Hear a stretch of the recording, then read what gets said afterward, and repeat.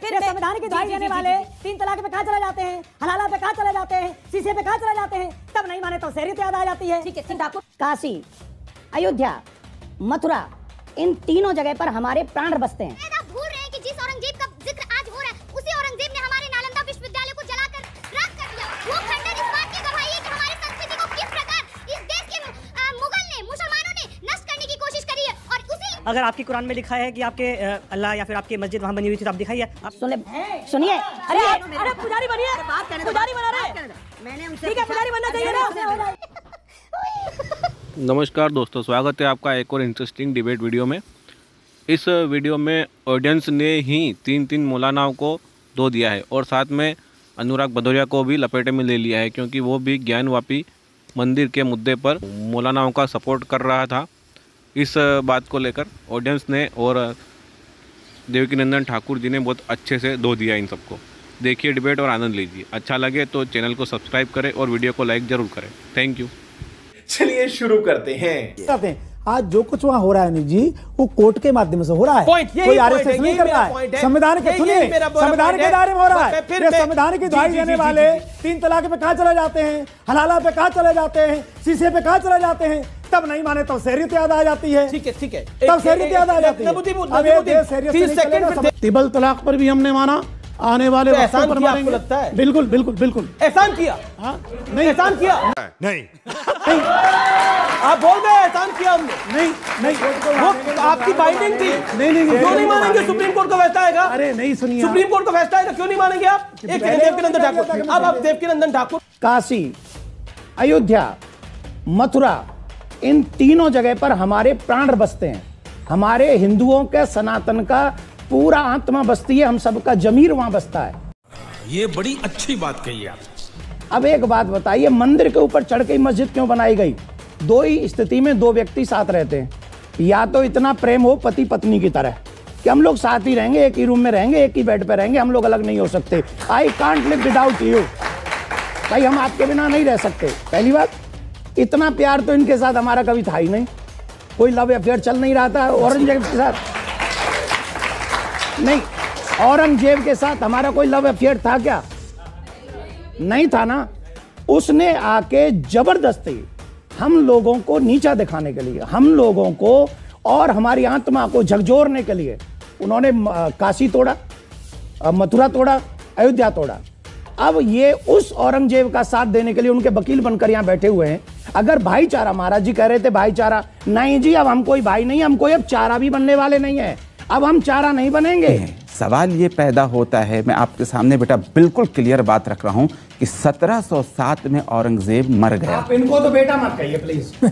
आप है कौन रोकने वाले? देखिए आप अपने आप बिल्कुल ये नहीं कह सकते हैं। आप सुनिए, आप ऐसे उंगली नहीं दिखा सकते हमें। माफ कीजिएगा, आप नहीं उंगली दिखा सकते। हम तो सबके हम हमारे नहीं, आप उंगली नहीं दिखा सकते। ये हमारे हैं, आपने अपनों को हिजाब में रखा हुआ है, आप उनको लाते ही नहीं है। ये हमारे हैं, आप हमारे नहीं हैं। आप बेटा मत कहिए। ये सबके आप हमारे हैं। आप ठेकेदार हैं? ठेकेदार नहीं, अब अपनी बात ठेकेदार हैं, बताइए।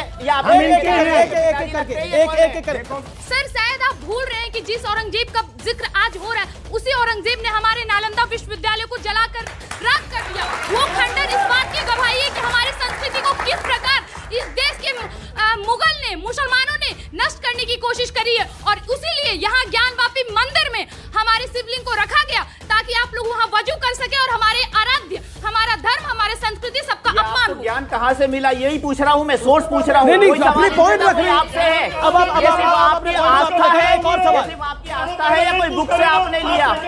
नहीं, ये भैया प्लॉट पे मानते हैं ना, भैया मेरे प्लॉट पे आप आपके लिए चीज की तो सवाल कि हमारी रामायण में और महाभारत में सब जगह लिखा है कि कृष्ण जी मथुरा में हुए थे और श्री राम हमारे अयोध्या में पैदा हुए थे। तो आप इस बात से इनकार क्यों करते हैं? अगर आपकी कुरान में लिखा है कि आपके अल्लाह या फिर आपकी मस्जिद वहां बनी हुई थी तो आप दिखाइए। आप डरते? ओके नदीमुद्दीन जी से सवाल आ रहे। गंगा जमुनी तहजीब की बात होती है तो सारे सबूत जब सामने आ चुके हैं, ब्रह्म कलम, शिवलिंग और स्वास्तिक, तो क्यों नहीं मुसलमान पक्ष हमारे ज्ञानवापी को हमें सौंप देता है?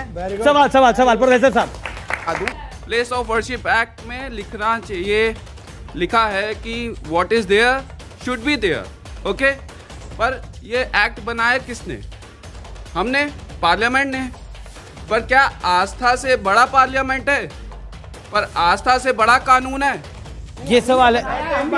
ठीक मैं बता रहा हूँ आस्था क्या चीज है। एक सेकंड। मैं कहता हूँ इस मुल्क के अंदर कानून चलेगा और संविधान चलेगा। यहाँ पर मुस्लिम राष्ट्र और इस्लामिक लॉ नहीं लागू किया जा सकता।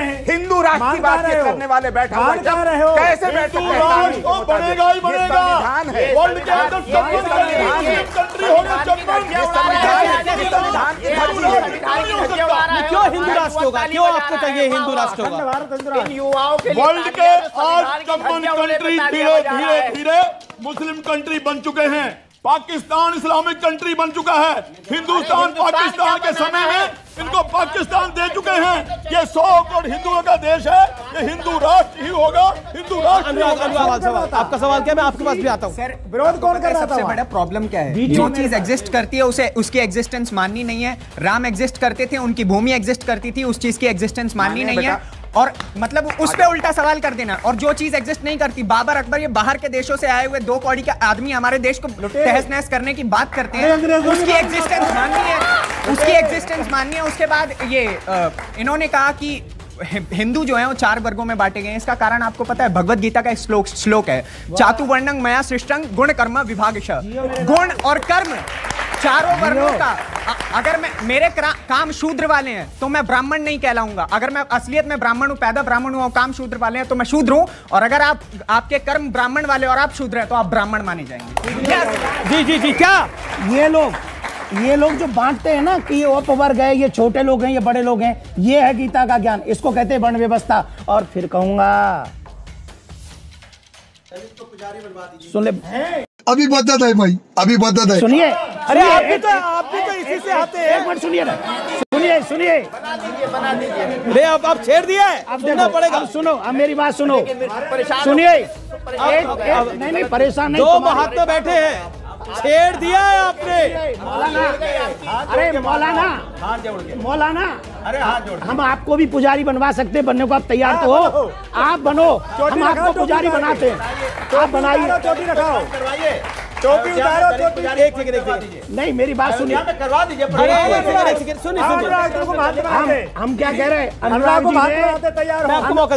जी ने पुजारी बनने की बात कही है। अनुराग जी पार्टी छोड़े, हम आज ही इनको पुजारी बनाएंगे। अभी बनाएंगे। अभी पार्टी छोड़ो, पुजारी बनो। पार्टी छोड़ो, तैयार हो पुजारी बनने के लिए। अनुराग जी चलिए आइए। निकल गई। अरे आइए ना। अरे पुजारी बनिए, पुजारी बना रहे। मैंने उनसे ठीक है, पुजारी बनना चाहिए ना। मैंने देवकीनंदन ठाकुर जी ने अभी अरे रुकिए, अभी आ जाइए। ले जाइए। अरे यही इस्तीफा करिए। अभी आ जाइए, इस्तीफा करिए सर। आइए। हाँ चलो। मैं तो ये कहाँ